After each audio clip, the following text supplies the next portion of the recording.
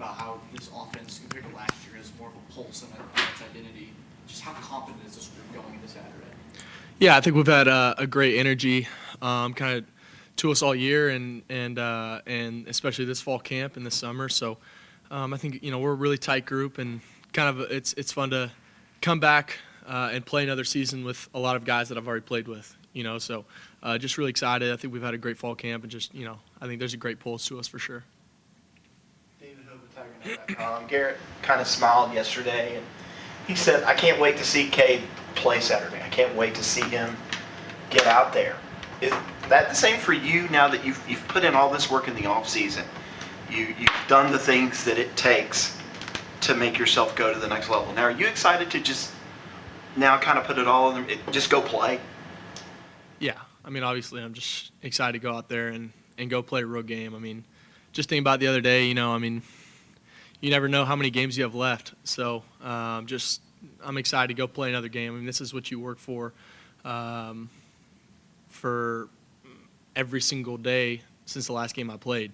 Every single day I've woken up and have gone to work excited to play another game and to kind of put that work into life. So, right now I'm focused on going to have the best practice I can go have today, and go make myself better today. And when Saturday comes around, it'll come around. But I'm really just honestly, I know that's kind of been repetitive from me this off season of taking it one day at a time. But like even as close as we are to a game right now, I'm still focused on what can I do today to get better for that game. I think we were talking to Peter Woods yesterday. He was talking about a message you gave the team about if you're only just now, ready to get into gear for Georgia, like that you're not ready because you should have been doing this 3 months ago, a couple months ago. Where do those kind of words come from? And you feel like your team needed that message? Yeah, I mean, obviously when you get to a game week, you kind of wake up Monday morning and there's a natural excitement about you that you're just, say you're coming off a bye week and you come back in on Monday. You're like, all right, it's game week, let's go. And I just kind of woke up Monday morning and I was like, if I'm not, I didn't wake up all with this energy that came out of nowhere. I woke up the same I have the last, 4 weeks since we started fall camp. And with the same mentality I've kind of had all year. So, and I just kind of spoke that to the team, hey, if you're waking up with a different energy today than you have been every single day of fall camp, we've been doing fall camp wrong, because we should have had that mentality all fall camp. And I think we have had that mentality all fall camp. So that was just a little something that I just kind of thought of myself. Yeah. Yesterday, Mike said that you've kind of grown into more of a genuine leader heading into this season. How have you noticed yourself grow in the past 365 days compared to heading into last season? Yeah. Honestly, just feel, like I have a deeper and more meaningful relationship with my teammates. I think that, quality relationships take time, and obviously being here for my third year now, relationships will naturally grow deeper and deeper. So I just feel like, the relationship that I have with the guys up front, just my ability to go approach them and talk to stuff that might be uncomfortable at times when, things are going good or things are going bad. But, talking about how to really talk to each other, and it has been really good. And, in practice, and hey, how can we do these? How can we do this? And but just kind of feel like that with those 5 for sure, and but also just kind of with the whole team in general. Adam spoke about how it's kind of difficult kind of learning the offense, Garrett Riley's system. But he mentioned how Brian Westco, when he came in January, kind of learned it kind of fast, I guess. What have you seen from him learning the playbook and translating that onto the field? Yeah, Brian's done a great job.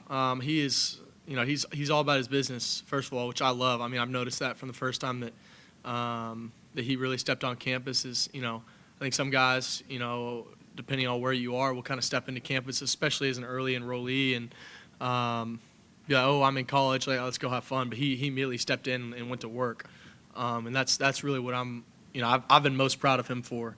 Well, as soon as he got here, he texted me, texted the QB room, texted the receivers, hey, let's go throw, let's go get to work. How can I learn the offense?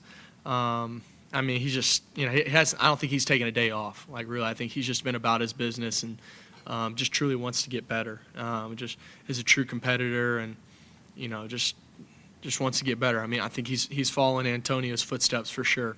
2 guys that are very, very elite players, but don't show it with their ego. They just want to get better every single day, and just very humble guys that just want to get better, which is great for that room. On that same note, what have you seen from TJ Moore now in his first fall camp and kind of going through that same process? Yeah, he's been killing it. Obviously, very similar to Bryant in the sense of just coming to work every single day, and we got some great guys in that room right now. So, it wasn't like he was just going to be able to walk in here and start right away like some people, may have thought he was going to. But he's an elite receiver, and he's gonna do a lot of great things for the Tigers in the next couple of years. So, it's gonna be a long season. It's gonna be great to have him in there, shuffling in there and making plays for us. How much added excitement, if any, is there opening up the season against a team like Georgia, the preseason #1 ranked team in the country? Yeah, Georgia's an incredible opponent. Definitely a huge honor for us to be able to face such a great team like that in an opener. Coach Sweeney kind of spoke on it yesterday and said, hey, there's teams all around the country that are working their butt off for 12 weeks straight to be able to go play a team like this in the playoffs, right? And we get to start out with them in a regular season game. So, to have that right out of the gate is huge, and definitely just a great way to kind of start off the season and kickstart it. When you open the season against a team like Georgia, do you kind of notice more of a buy-in or an energy, especially during game week when you're not playing a Charleston Southern or a Citadel, you're playing a team like Georgia? Yeah, honestly, I think that our fuel has really come from last year. And I think that, since that Notre Dame week until now, that's been our fuel.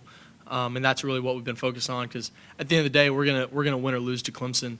And that could be to whoever you're talking about, So at the end of the day, we're focused on being the best us that we can be, and obviously excited for a great opponent week 1. Are there any lessons from last year at Duke where, Barrett says, hey, I wasn't in the right frame of mind, I wasn't in shape? Any lessons you can take from that game? I think, just having a great mentality during fall camp and finishing. I think we finished really well in fall camp, and just coming out hot and fiery. I think that's gonna be good. But obviously there's a lot of lessons from that game, and we didn't play a great game honestly last year. So just coming out and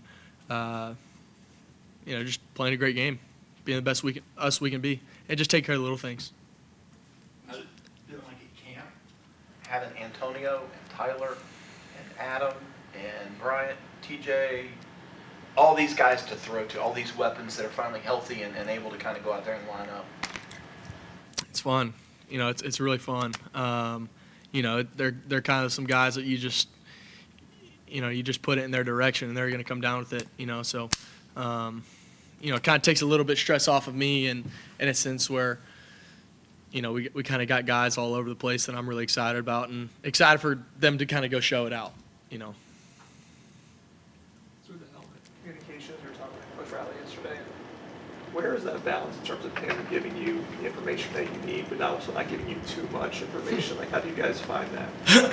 Yeah, it's definitely been kind of something that we've been talking about, in a sense of, what's too much. And he's done a great job of kind of not over-flooding me, but also giving me information when I need to. So kind of in our scrimmages and kind of game-like stuff that we've been doing. But he's done a great job, and I think that I've kind of just communicated honestly about how, I kind of want stuff presented to me, and we've got a great relationship where we can do that. It's definitely been great in the sense of doing it in a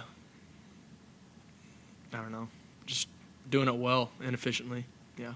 Do you want him talking all the way up to the last minute they can do it? I guess at the end of the day, I gotta go play quarterback. And if somebody's telling you to go do something and they're telling you 50 different things to go do it while you're doing it, that's a lot. You know what I mean? Like, we got enough stuff at quarterbacks, and he understands that. He's played the position.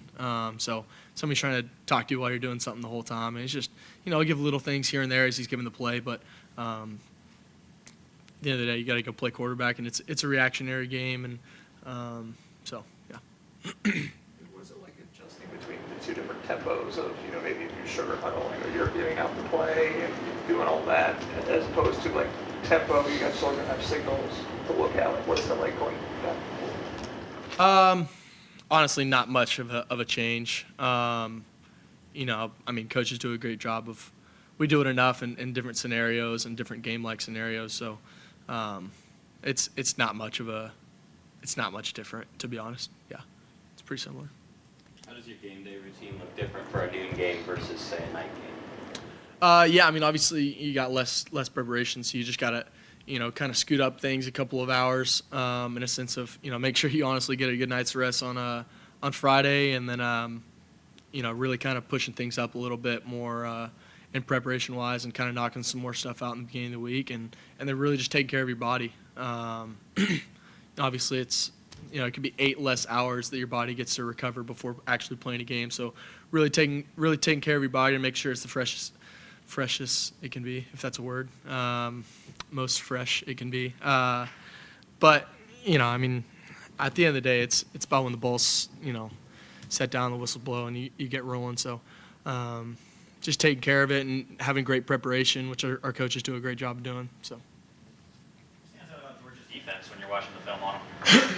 Yeah, they've got a great defense. A lot of guys that are going to go play next level for a while, and it's exciting. I think we've got great guys on our defense that are preparing us every single day.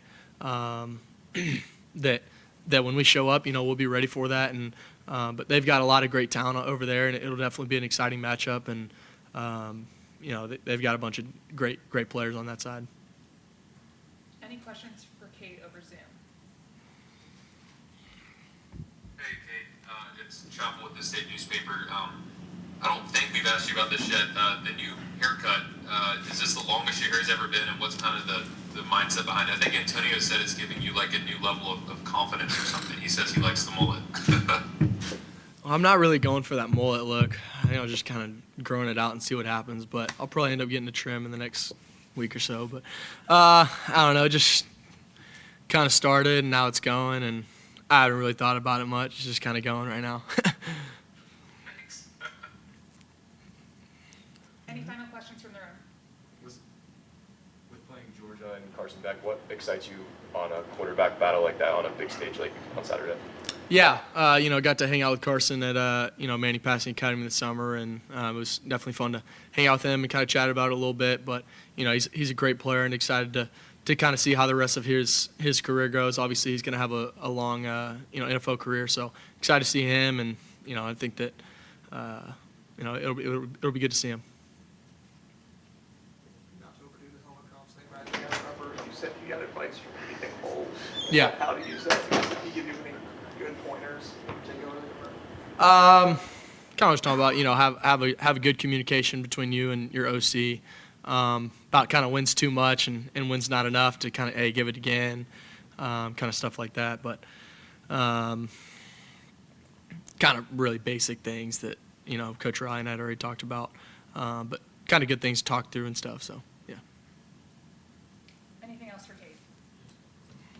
For something for later on, running down the hill, what do you teach the freshmen? What do you teach them? What's the best thing to do? Running down the hill? Yeah. What's your best, wildest thing? Like as you're running down the hill, like to jump or what? Yeah. Don't fall. I mean, that's probably the best piece of advice you can be given. If any of y'all run down that hill, it's pretty steep, so don't fall, but just enjoy it. I mean, that first time coming around the bus, kind of seeing a sea of orange, it's pretty awesome. So definitely just enjoy it, and then look around, soak in the moment, and then get on that field and let's roll. Yeah. You ever jumped in the air and done anything like that? I do a little something, but I don't want to fall. So, awesome. Appreciate y'all.